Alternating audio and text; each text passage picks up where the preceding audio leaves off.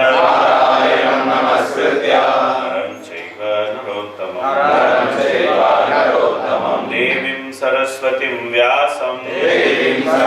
प्रतिव्यासम् ततो जयं मुदीरये ततो जयं मुदीरये नष्टप्रायेषु अभद्रेषु नित्यं भागवत सेवया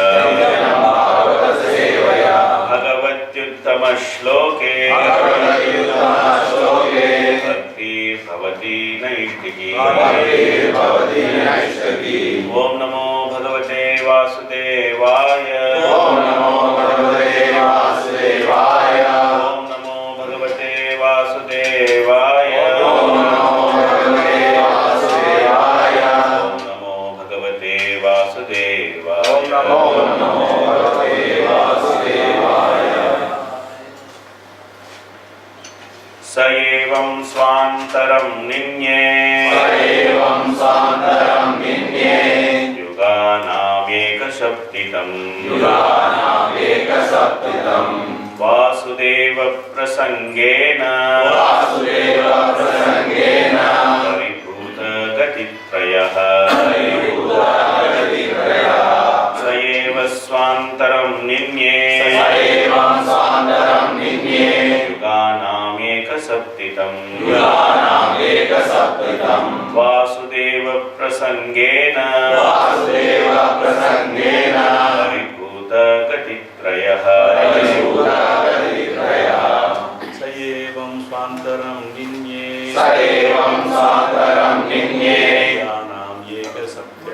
युगानामेकसप्ततिम् वासुदेव प्रसंगेन परिभूत गतित्रयः एवं स्वन्तरं निन्ये युगानामेकसप्ततिम् वासुदेव प्रसंगेन परिभूत गतित्रयः स एवं स्वान्तरं निन्ये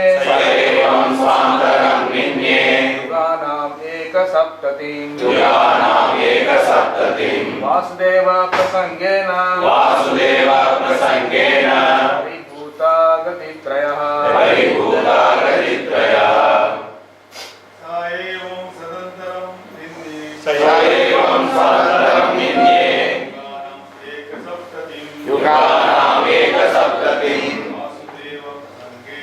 वासुदेव प्रसंगेन परिभूत गतित्रयः स एवं स्वान्तरं निन्ये युगानामेकसप्ततिम् वासुदेव परिसंगेन परिभूत गतित्रयः स एवं स्वान्तरं निन्ये युगायितं एकसप्ततिम् वासुदेव प्रसंगेन परिभूतेन गतित्रयः स एवं स्वान्तरं निन्ये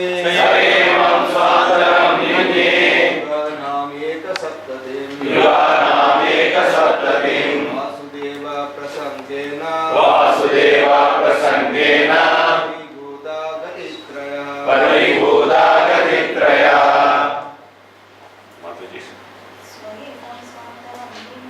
स एवं स्वान्तरं निन्ये युगानामेकसप्ततिम् वासुदेव प्रसंगेन परिभूत गतित्रयः स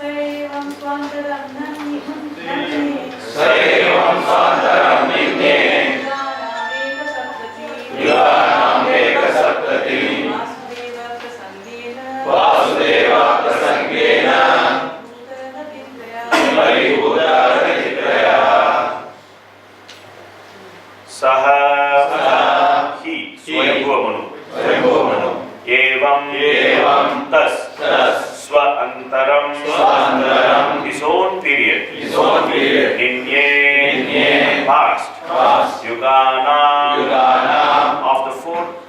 of the cycle cycles of 4 ages. of the cycle of 4 ages. Ekasaptatim Ekasaptatim 71 71 Vasudeva Vasudeva with Vasudeva with Vasudeva Prasangena Prasangena by topics connected by topics connected Paribhuta Paribhuta transcended transcended Gatitrayaha Gatitrayaha the 3 destinations. the 3 destinations. Translation and purport by Divine Grace of Charnarada Vedanta Swami Srila Prabhupada Ki. Jai.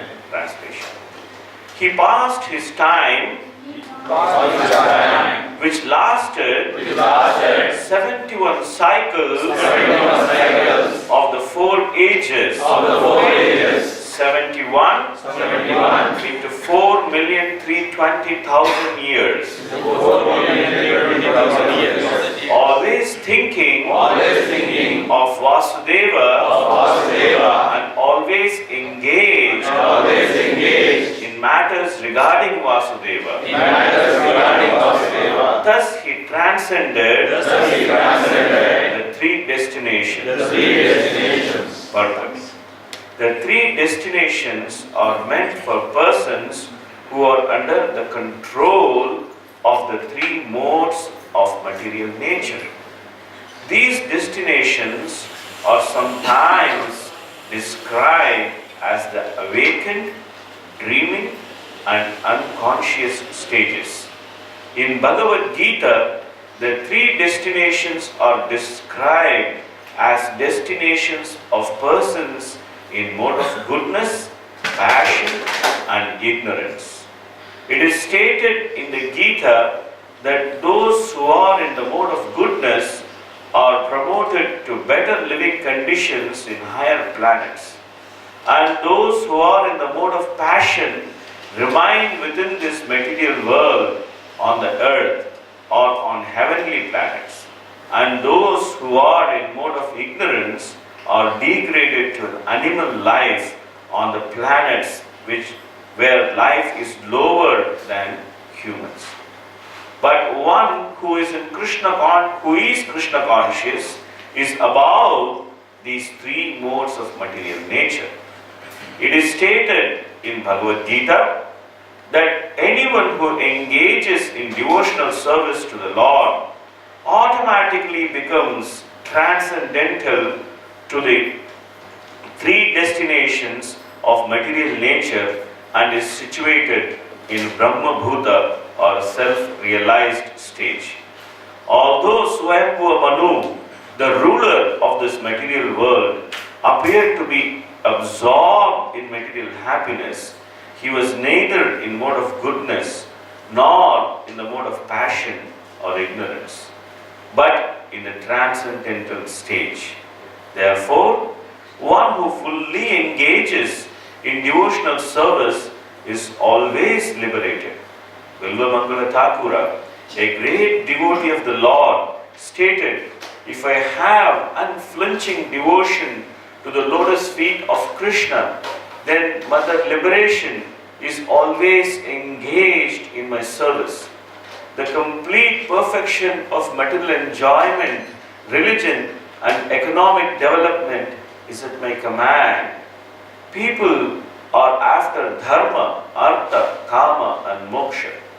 Generally, they perform religious activities to achieve some material gain, and they engage in material activity for sense gratification. After being frustrated in material sense gratification, one wants to be liberated and become one with the absolute truth. These 4 principles form the transcendental path for the less intelligent. Those who are actually intelligent engage in Krishna consciousness, not caring for these 4 principles of transcendental method. They at once elevate themselves to the transcendental platform which is above liberation. Liberation is not a very great achievement for a devotee. To say nothing of the results of ritualistic performances in religion, economic development, or the materialistic life of sense gratification. Devotees do not care for these. They are situated always on the transcendental platform of the Brahmabhuta stage of self-realization. Om Ajnanatimrandasya Jnananjana-shalakaya Chakshurunmilitam Yena Tasmai Shri Gurave Namaha Shri Chaitanya Manobishtam Sthapitam Yena Bhutale Swayam Rupa Kada Mahyam Dadati Swapadantikam Vande Aham Shri Gurun Shri Yuta Padakamalam Shri Gurun Vaishnavamscha Shri Rupam Sagrajatam Sahagana Raghunatanvitam Tam Sajivam Sadvaitam Savadutam Parijana Sahitam Krishna Chaitanya Devam Shri Radha Krishna Padan Sahagana Lalita Shri Vishakanitamscha He Krishna Karuna Sindhu Dinabandhu Jagatpate Gopesha Gopika Kanta Radha Kanta Namostute Takta Kanchana Gaurangi Radhe Vrindavaneshwari Vrishabhanusute Devi Pranamami Haripriye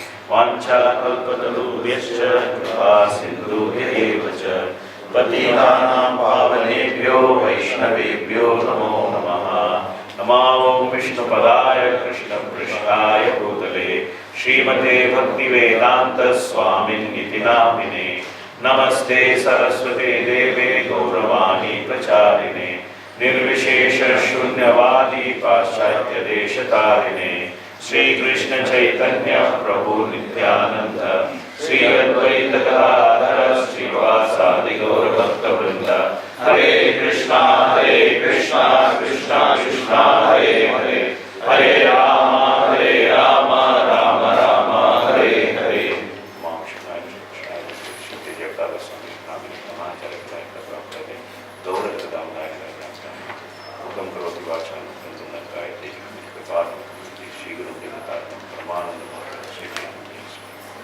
Kanchana Smriti Vishnu Pushkaram Sukaram Bhave Smriti Bhakti Shyam Sri Chaitanya Namaha Hare Krishna.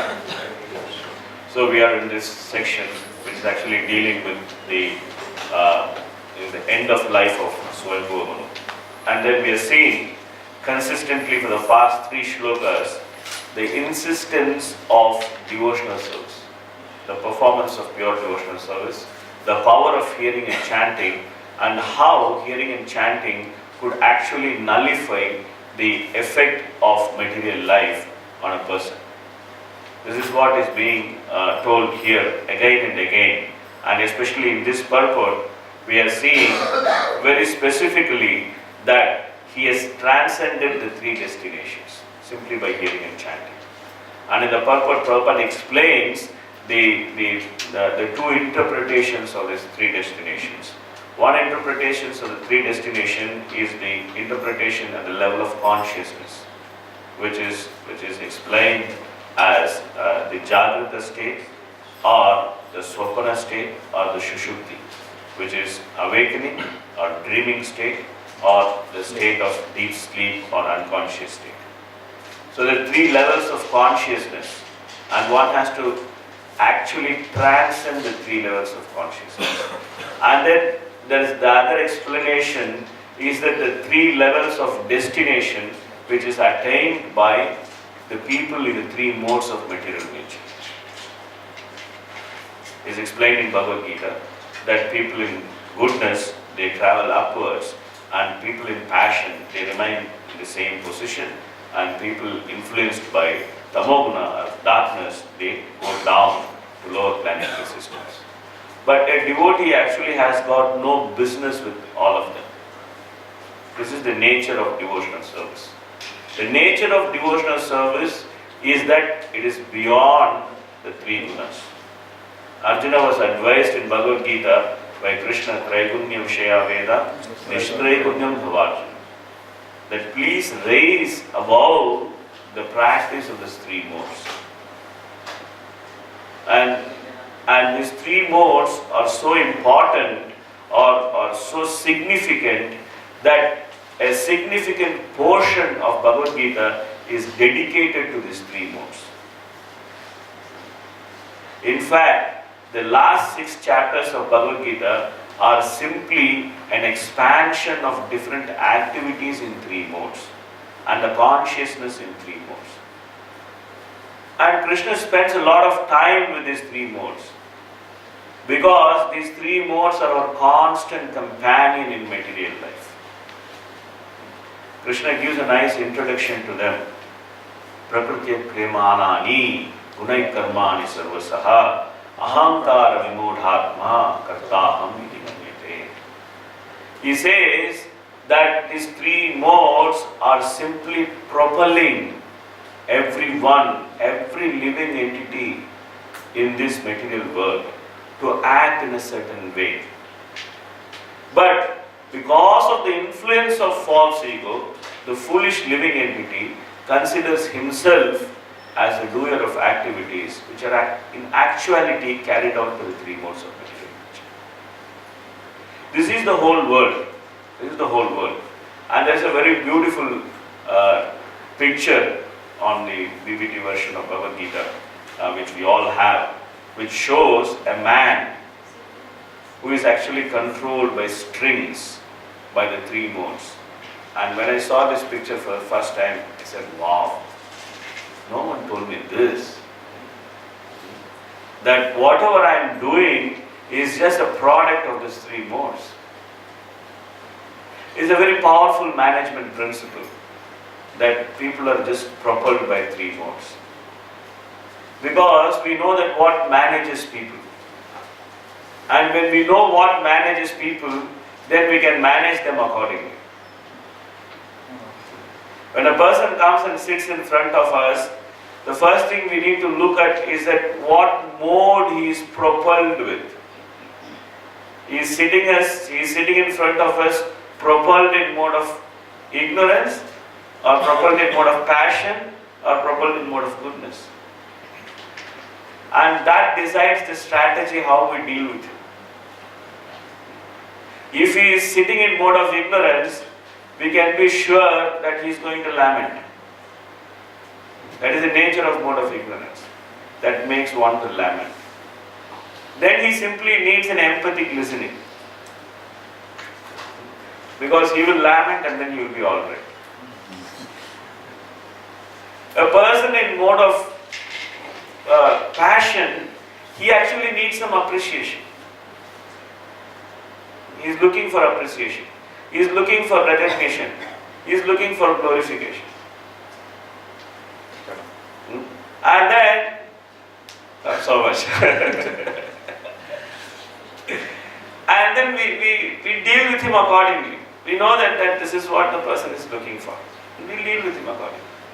A person in mode of goodness is looking for principles. So we have to deal with him in terms of principles. So it's a very good management principle that we understand that people are simply driven by modes. Every activity which is done by anyone is simply driven by modes.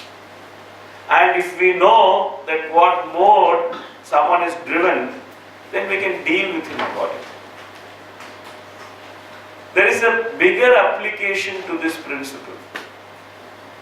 The bigger application is to simply have a self-check on what mode we are being driven when we act in a certain way.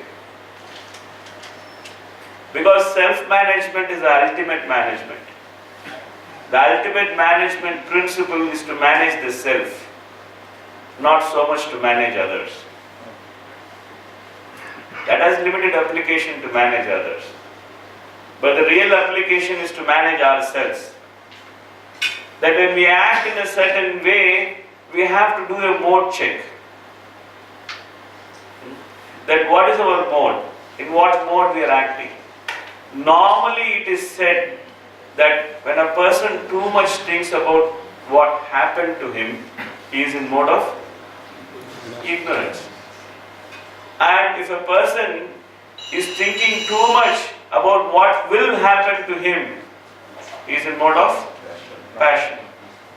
And if a person is conscious of what he is doing at this present time, then he is in mode of goodness. So this is a good is a good meter for mode check. That we are in ignorance or in passion or in goodness. And ultimately we have to transcend these three modes. That's our real motive. Our motive is not to remain in passion or ignorance or, for that matter, goodness.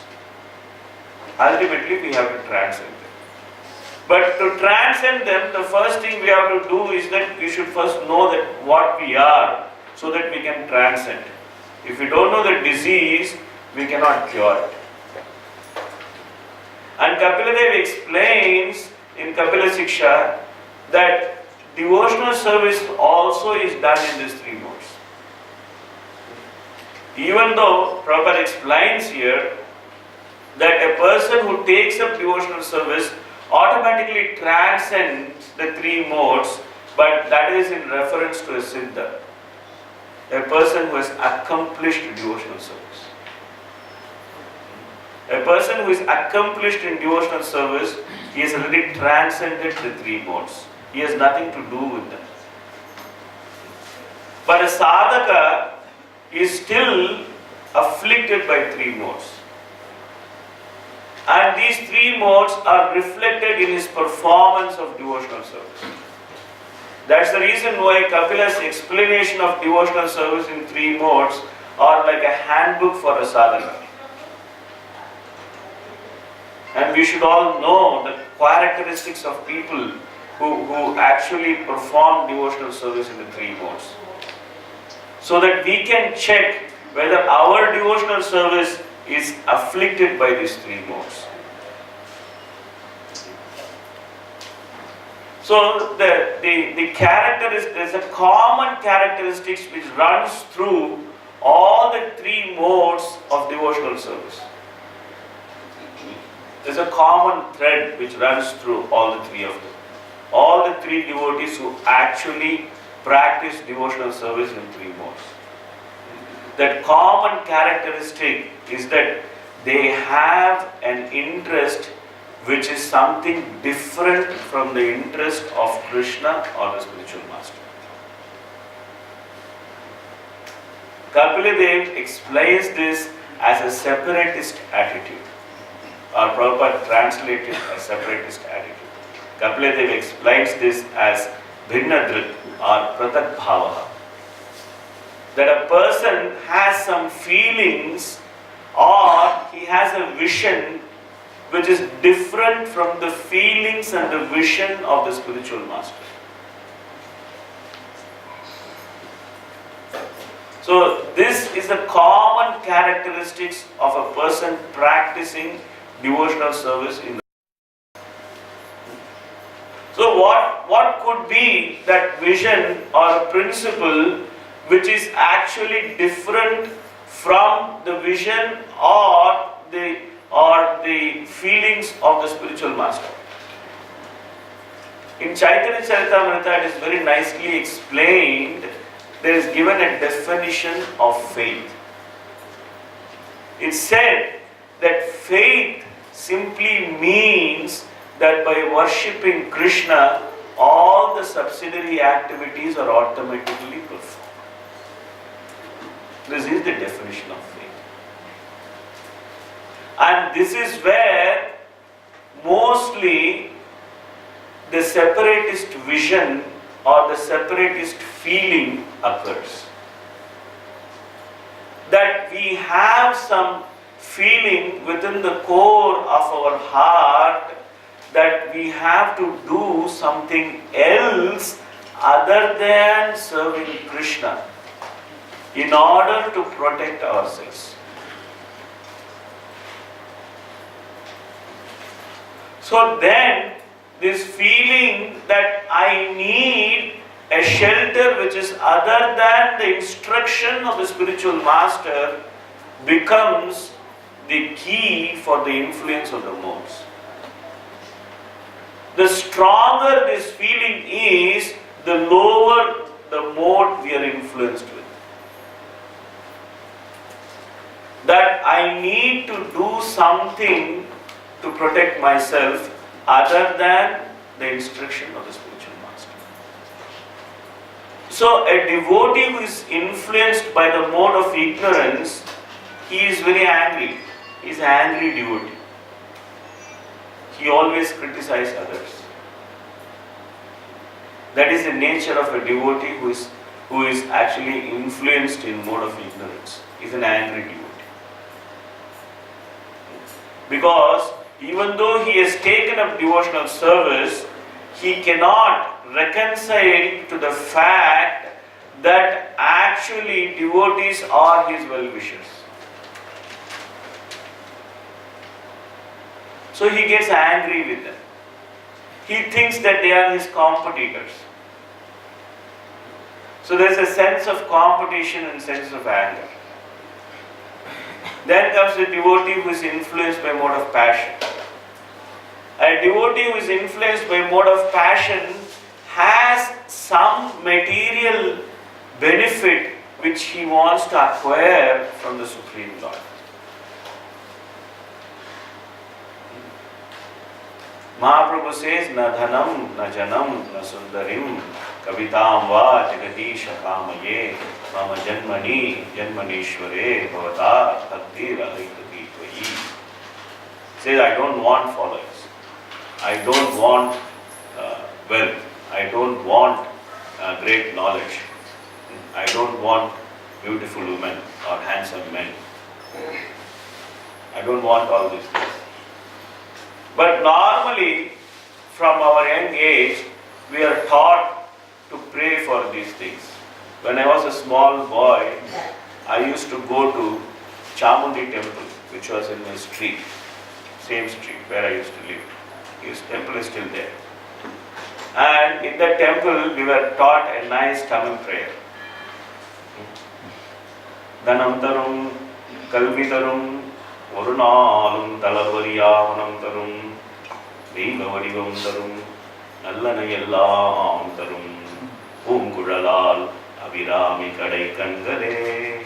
This is the prayer, I still remember. I will translate. Dhanam tarum means that give me wealth. Kalvi tarum, simply if I have wealth, then if I don't have education, I will not know how to manage my wealth. So after giving me wealth, please also give me education. And after having wealth and education, if I don't work hard to get more and more wealth, this wealth will get squandered away. So please give me a consciousness which will never be tired to work. Orunaalum talarvariyam.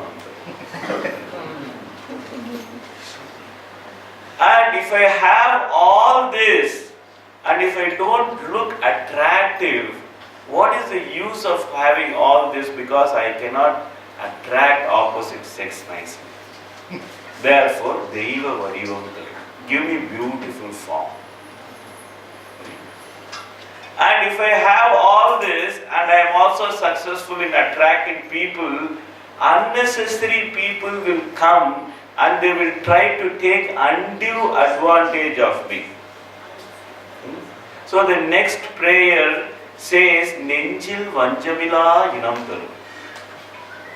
Those who are surrounding me, let them not have any treachery in their heart.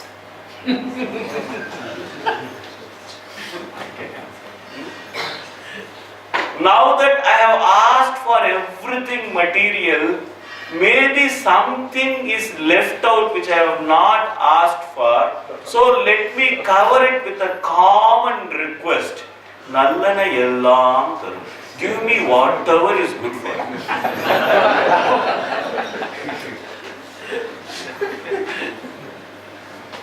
Poonguzhalal abhirami kadai kangale.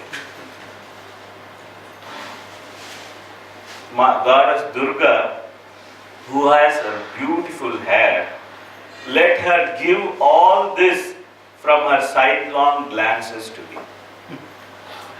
This is the prayer. I am sure everyone has an equivalent of this prayer which was taught to them at the end. It's not bad, at least we know that we should pray to God to get something. is a good beginning. But the problem is that when we come to Krishna consciousness, this conscious of asking something from God is so much ingrained in us that even after taking up devotional service, we cannot give up this quality of approaching the Lord for some material benefit. Krishna himself says there is no problem with this as long as you come to me. He says 4 types of people approach him, and he agrees that they are all Sugritina. They all have good fortune. Because the nature of devotional service is such that it will cleanse us from this kind of mentality. But the critical aspect is that when Krishna wants to clean our consciousness from this kind of mentality, we should be open for going through such cleaning process. Even though it may be a tad painful to go through that process. So that is the whole point in performing devotional service, that we remain open for alignment of our feelings or vision with the vision or feelings of the spiritual master of the deities. And as long as we keep doing this course correction in our life, then we can come out of the influence of the 3 modes. The influence of mode of passion in devotional service is so subtle and is so difficult to overcome that one has to always be aware of this influence of mode of passion. And then comes the influence of mode of goodness in the practice of devotional service. The influence of mode of goodness in the practice of devotional service comes through the mentality of self-purification. That one has the motive of self-purification to perform devotional service. It is not bad that one should think of self-purification. In fact, it is required that one should aim for self-purification. But one should be very clear that self-purification is not the aim of devotional service. If one is not clear of this aspect, that self-purification is not the aim of devotional service, one is susceptible to be influenced by mode of goodness in his devotional service. Is better than getting influenced by mode of ignorance and mode of passion, but that is not our ultimate goal in performing pure devotional service. In fact, in the beginning of Srimad Bhagavatam, when there is this conversation between Vyasa and Narada, is very nicely explained that one of Vyasa's problems or dissatisfaction was that he simply concentrated too much on self-purification in his entire Vedic literature. And he did not actually bring out the essence of Vedic instruction, which is pure devotional service. Pure devotional service simply means that we don't care for anything else except for the pleasure of the spiritual master. We simply think that what will satisfy the spiritual master? Yasya prasada bhagavad prasadam yasya prasada nagati kutopi dhyayanstu vamstasya yasya stri sandhya vande guru sri charana. Then 3 times in a day, in 3 sandhyas, we have to think what will satisfy my spiritual master. And then we should keep realigning our situation to do things which will satisfy the spiritual master. So, even though devotional service has the potency to transcend, to make one transcend the 3 modes, one should be very much aware of the influence of 3 modes in the practice of their devotional service. This is very important. And then one should take measures to come out of that influence of these 3 modes from this devotional service. And the ultimate trap in performance of devotional service is the desire for liberation. That's the ultimate trap. The ultimate trap is that one wants to get liberated, which means that one wants to perform devotional service to get himself freed from the material miseries. Even though performance of devotional service frees one from material miseries automatically, it's explained in Nectar of Devotion that the first 2 characteristics of performance of pure devotional service is Kleshagni and Shubhada. Kleshagni means that the klesha or the fire of material existence is actually destroyed or put off by the practice of devotional service even during the sadhana stage. And auspiciousness arises in the life of a person in the stage of sadhana itself by the practice of devotional service.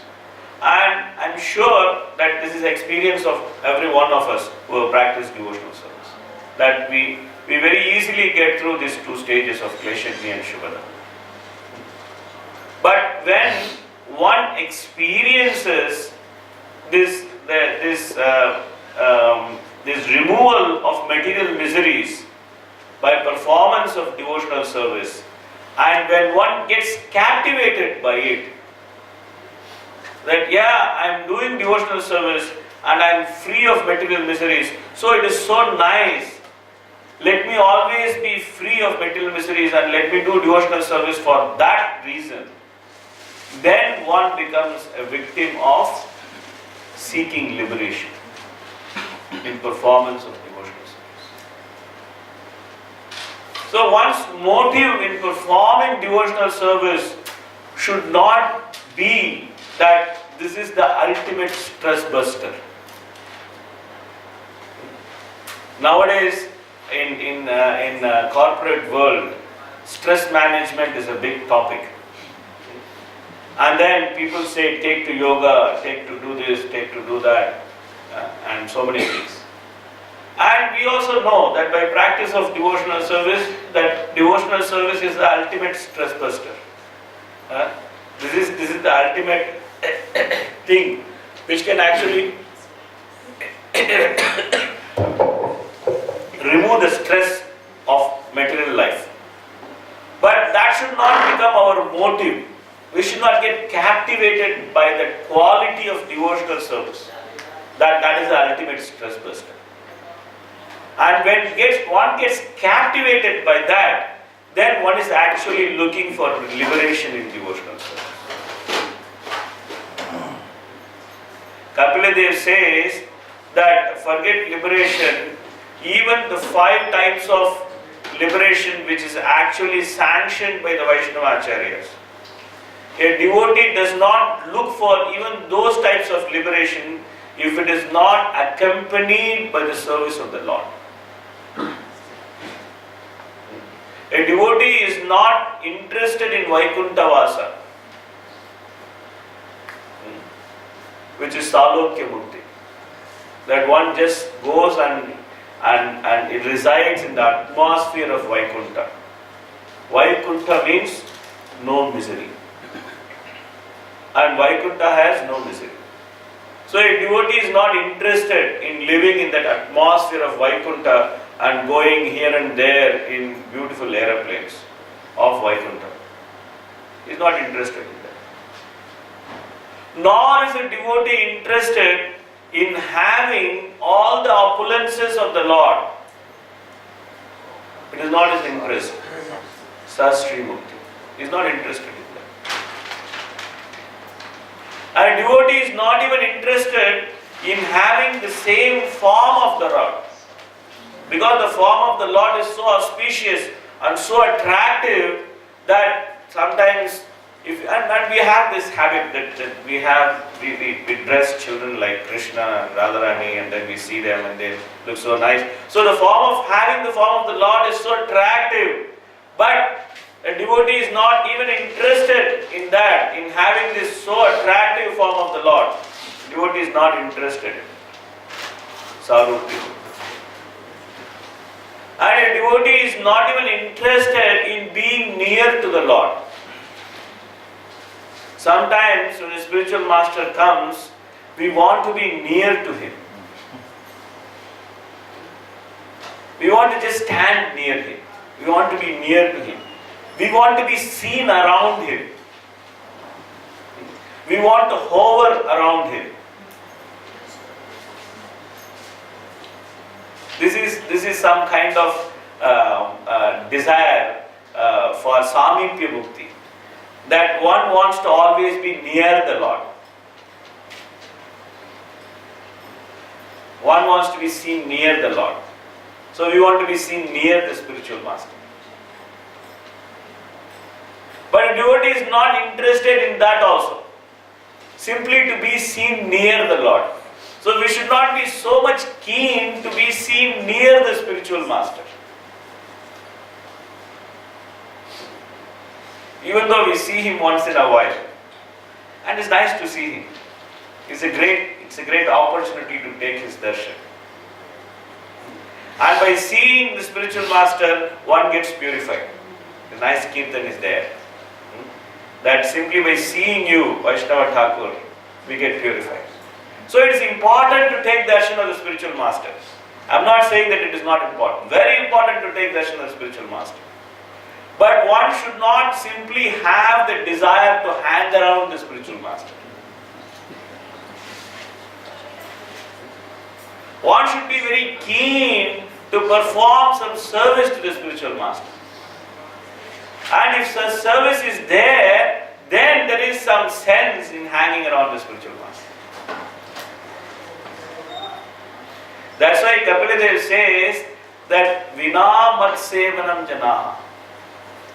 That a devotee does not want all these things if there is no service which is attached to it. There is no service attached to it. So the actual essence of doing devotion is service. We do devotional service. And that service should be done in a mood to please the spiritual master. And with complete faith that by following the instruction of the spiritual master, we will be fully protected.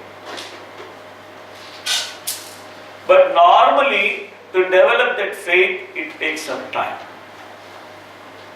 Therefore, a very scientific process of surrender has been prescribed by Sanatana Goswami. Very scientific process.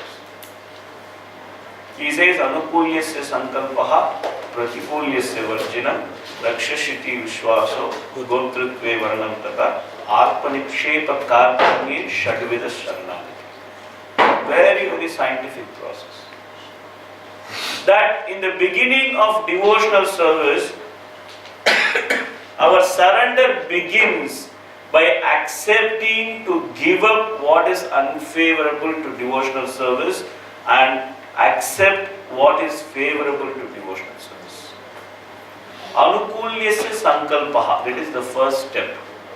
That the first step of surrender is that we accept to listen to devotees.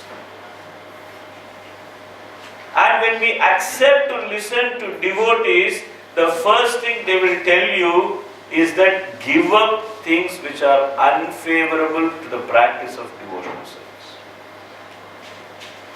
along with taking up things which are favorable to the practice of devotional service.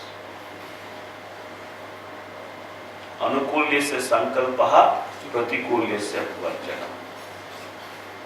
And these things which are unfavorable to the practice of devotional service, the nature of these things for a materialistic person is that either he thinks that his happiness is in them, or he thinks that his protection is in them. And these things are listed by Chaitanya Mahaprabhu. Dhanam, Janam, Sundarim, Kavita. These are things which are unfavorable for devotional service. Because this makes one proud and makes one prone to sinful activities. That is the reason why one has to give up his association with these things. So when one accepts instructions which are favorable to devotional service,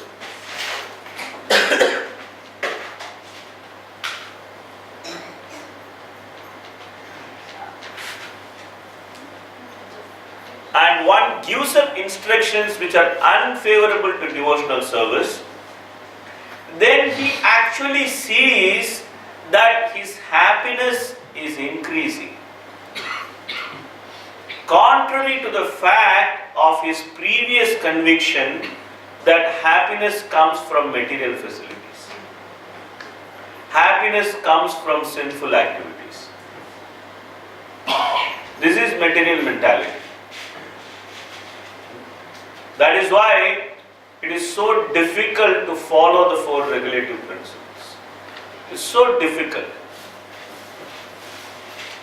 When we make a proposal sometimes, during so many times we talk to devotees, and then I tell them that please give up biscuits and Lay's chips. It is not good for you.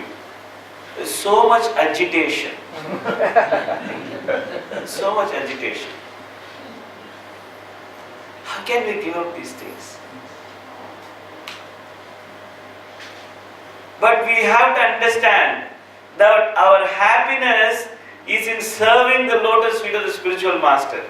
It is not contained in a pack of Lay's chips or a pack of biscuit. Actually, they are all just packets of misery.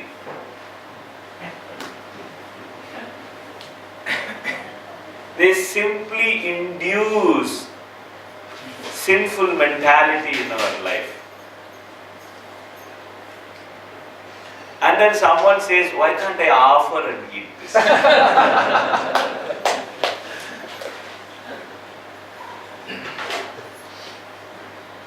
We are so attached. So attached.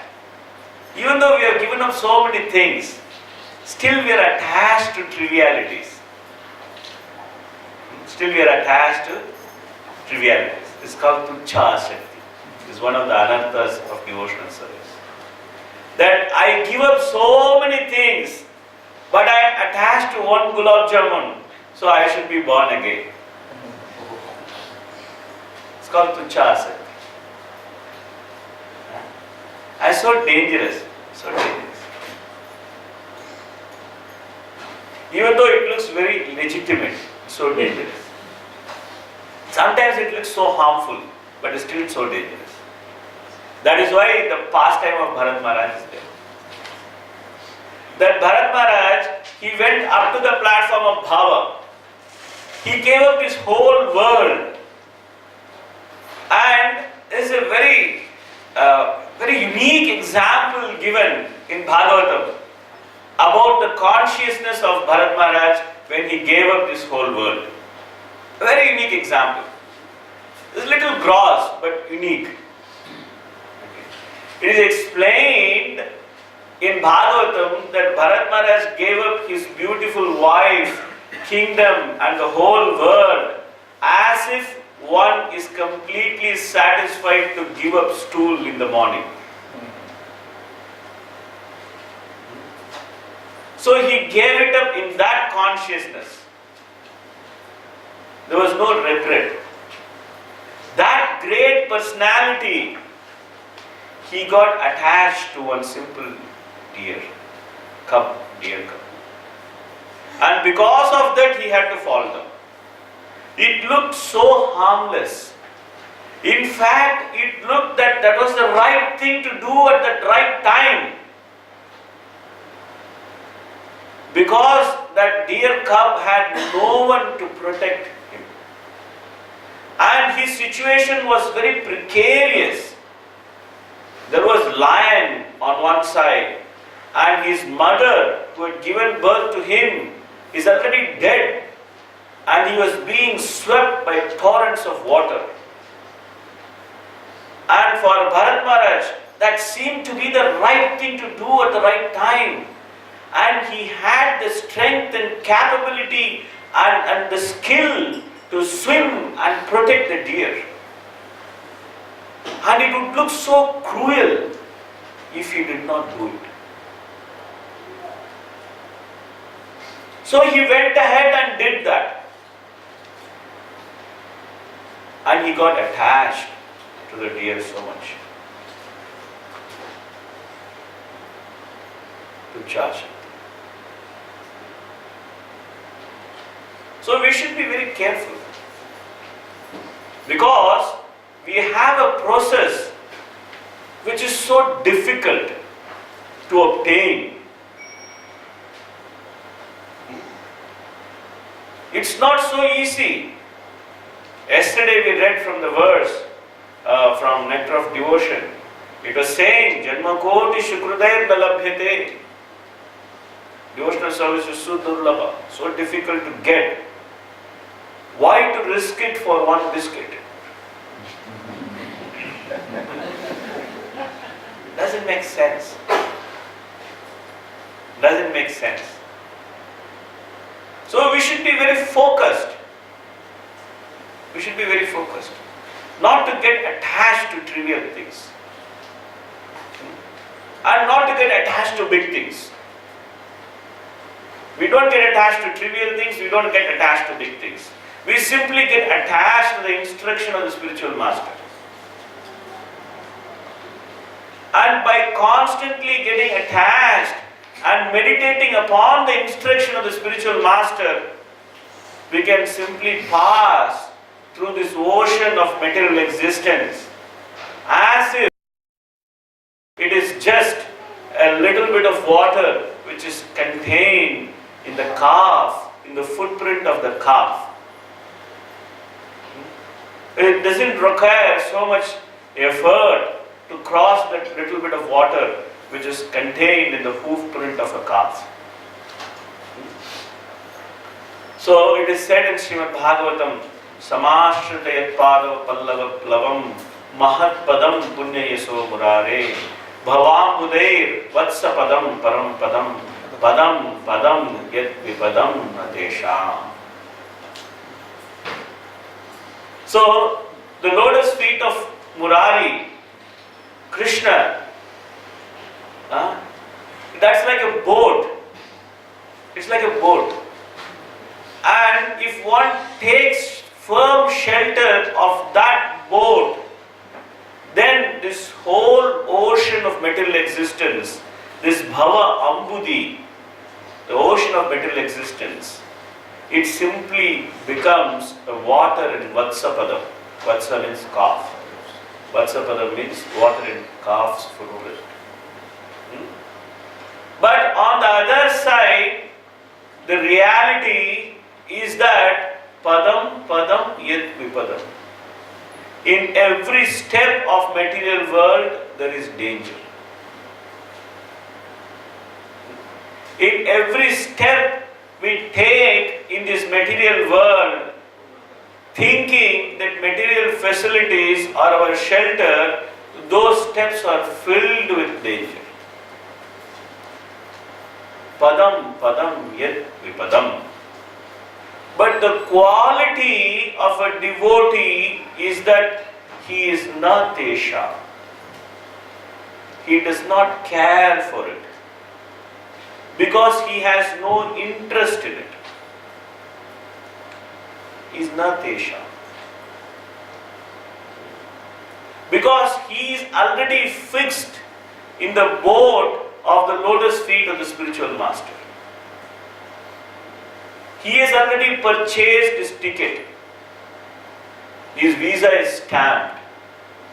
He does not have to worry.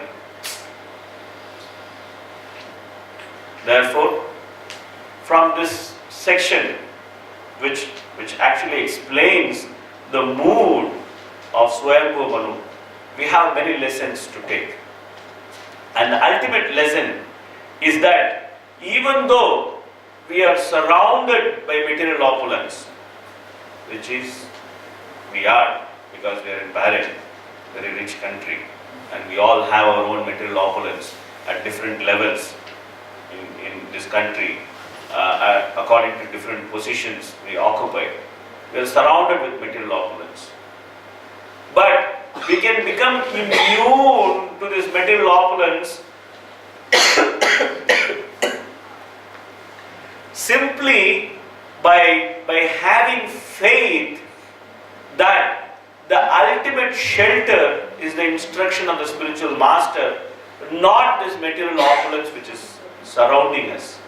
And constantly hearing and chanting the holy name, Hare Krishna, Hare Krishna, Krishna Krishna, Hare Hare, Hare Rama, Rama Rama, Hare Hare. In the company of nice devotees. We'll stop here. Thank you. Are there any comments, questions? Yes. We are discussing about the devotional service in three modes. Yeah. The mode of ignorance or mode of pleasure, we have to plan for the future. Even for in devotional service, we need to plan for something. Of course, in devotional service we need to plan. Okay. There's nothing wrong in planning. There's absolutely nothing wrong in planning. Okay. But that planning should be done for the pleasure of Krishna, not for our own pleasure. Prabhupada explains in Nectar of Instruction, he gives the definition of enthusiasm. He says, endeavor executed with intelligence in Krishna consciousness is enthusiasm. These exact words of Prabhupada. Endeavor executed with intelligence in Krishna consciousness is enthusiasm. A devotee has to be very enthusiastic in doing so many things so that the instruction of the spiritual master can be fulfilled.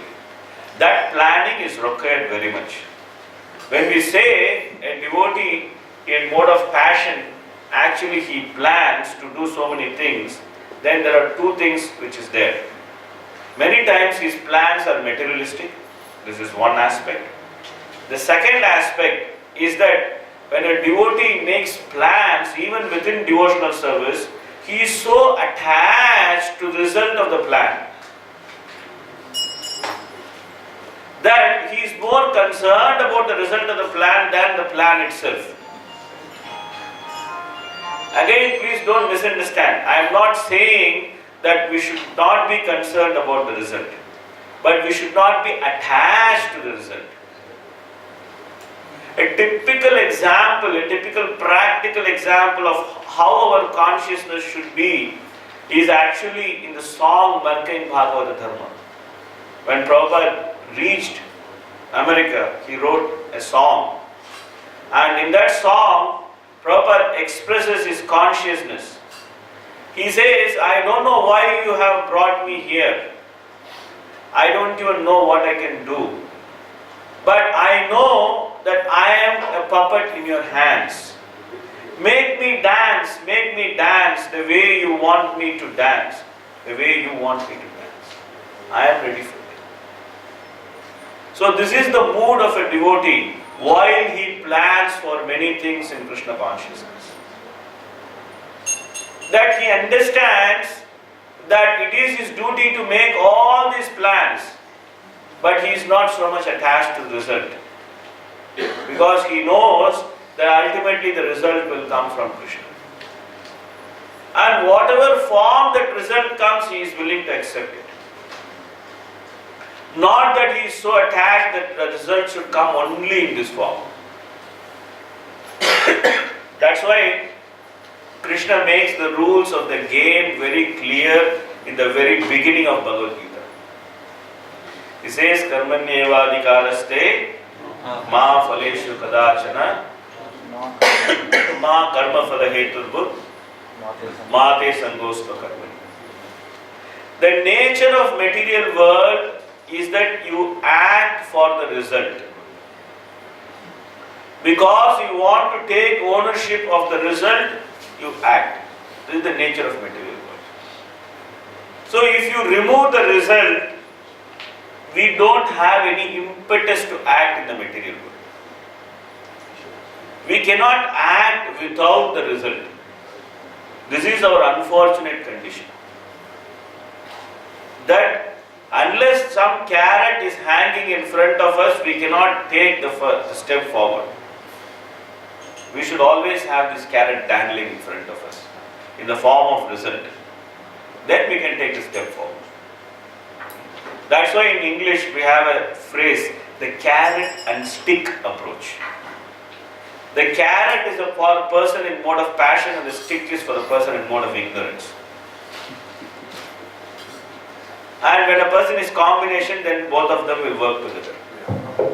Anyway. The point is that our duty is to follow the instruction of the spiritual master. Karmanyevadikaraste ma phaleshu kadachana. But we don't get attached to the result because the result does not belong to us. If we want to take ownership of something which does not belong to us, we will be called as thieves. So the spiritual master gives us some instruction to manifest something. And if we want to take ownership of that result, we end up becoming a retreat. Anyway, this is his conscious. Okay. So the point is that if we want to take ownership of that result, then we are attached to the result. So Krishna says, don't be a thief. Okay. So now, if you remove this carrot of result in front of me, then I have no impetus to act. So I just keep quiet. I will not act. Therefore, Krishna gives a counter clause. He says, Mate sangostva karma. Don't be attached to not doing your work. So it's a very strict training which Krishna is giving in the very beginning of Bhagavad Gita, that how one should act in devotional service. One should always be attached to following the instructions of the spiritual master. Not that I will follow the instruction of spiritual master and I will get this result and everyone will glorify me. Not like that. But simply because this is our duty to follow the instruction of the spiritual master, putting all our best resources. That's another thing. Because the moment we take the result away, then we think that, okay, we'll act so-so. Okay, we'll act. For the sake of duty, we'll act. For the sake of duty means that everything which is our best is put into this. And then we act. And still if the result comes, it comes. It doesn't come, it doesn't come. We're not attached. So our plans are very much process-oriented in Krishna consciousness, not result-oriented. Even though in Krishna consciousness the process and the result is same. The process is devotional service, the result is devotional service. So our planning in Krishna consciousness is very much process oriented. How much sincere we are in executing the instruction of the spiritual master. This is how we plan things. So that is not in mode of passion. Because in mode of passion, there is a great urge to take ownership of the result.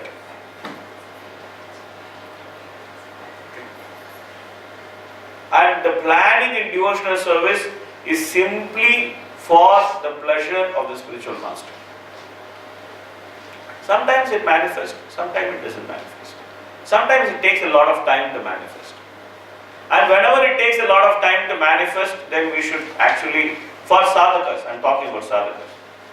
Whenever it takes time to manifest, we should actually examine the purity of our motive. Because maybe it requires some purification. It's not exactly every time the same case, but many times it could be the purity of our motive which needs examination. Okay, I was asked to speak something about Bhaktivinoda Thakur. So, okay, I'll take this one question before doing that. I have two questions, but I will just take it Yeah. first. In the beginning of Krishna consciousness says the enthusiasm is always at peak. Yeah, And this Klesha seems to be working very fine. yeah, But over a period of years, these things don't seem to be working very nicely. yeah. What are the general reasons behind it? So the reasons behind it is anarthas, is explained by Vishwanath Chakravarti Thakur very nicely, that the different type of anarthas which attack a person, that one is actually very enthusiastic, that stage is called as utsahamai, that one is very enthusiastic in the beginning of devotional service, and after some time one becomes deluded with doubts about the process, and after some times one becomes little lazy in doing the process, and then after some time one takes great vows that okay, from tomorrow I'll get up at 2 o'clock and finish my chanting before Mangalarati, and then day after tomorrow he is sleeping till 8 o'clock. So there is some wavering, that a person takes great vows and then he is not able to follow the vows. And after some time a person gets actually carried away by the waves of material happiness which actually comes by the practice of devotional service.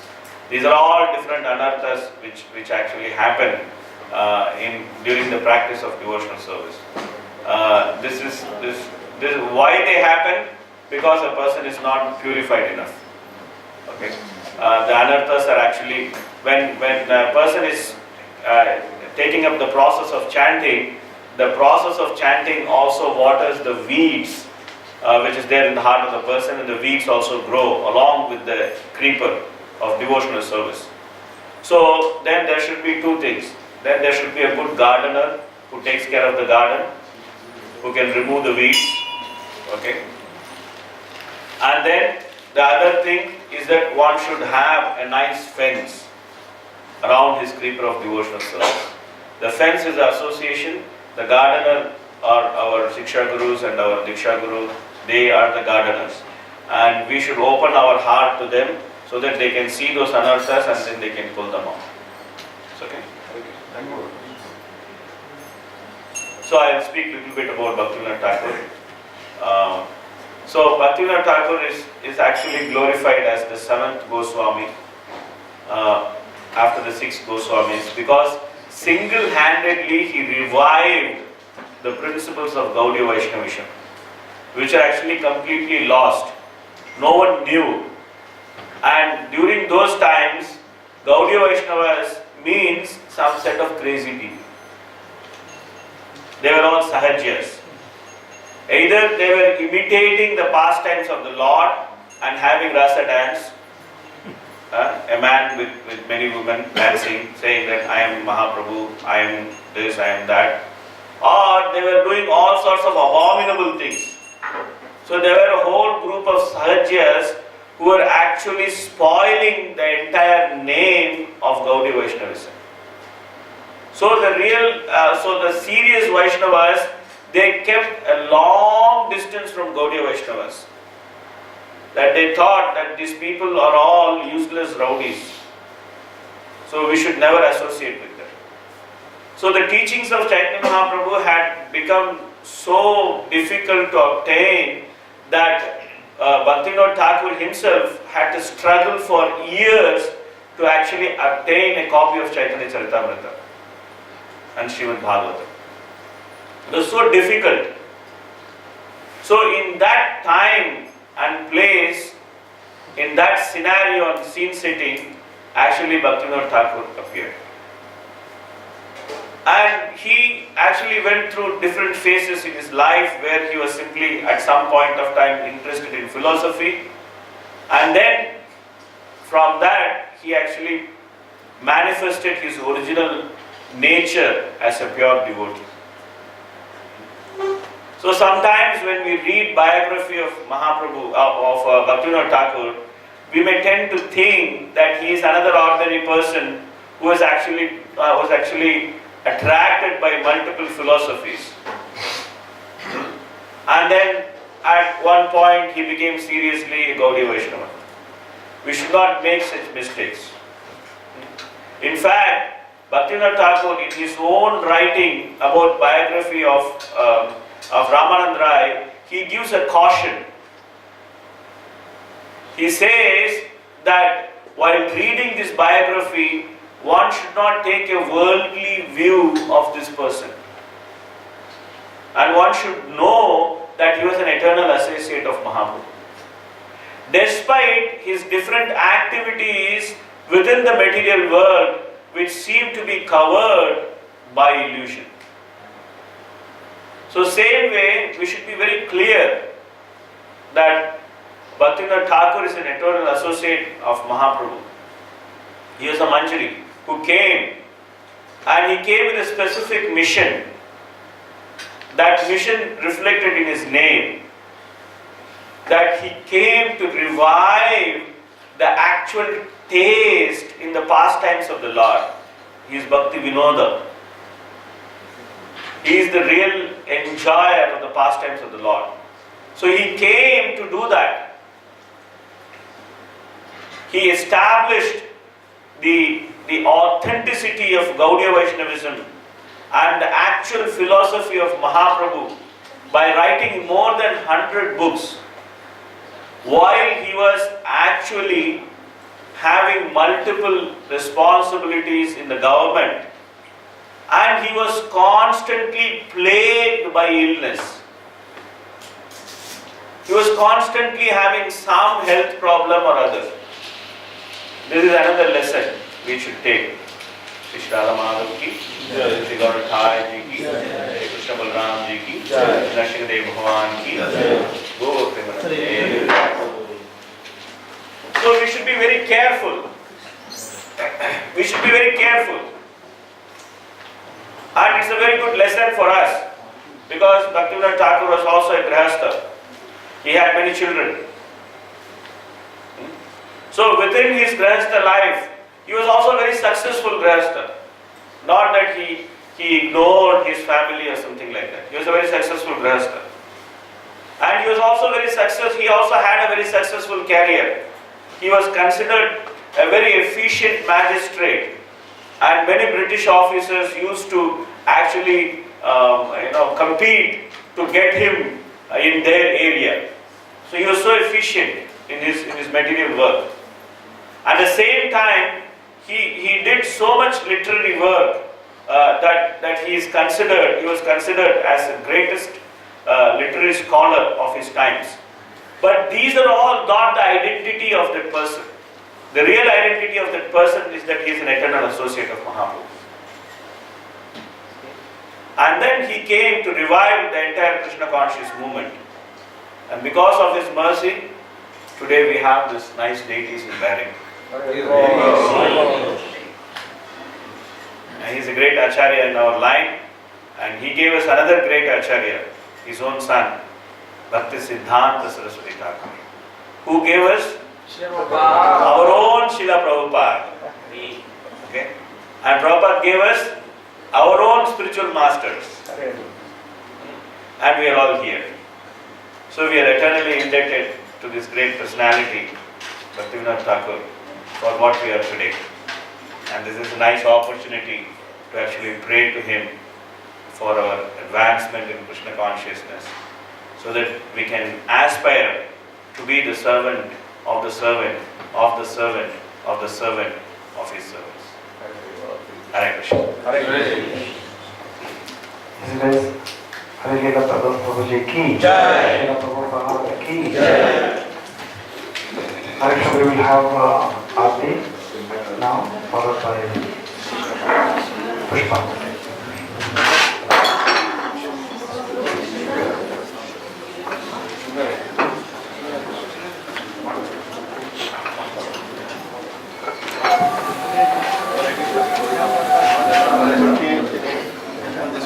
इस तारीख से ज़्यादा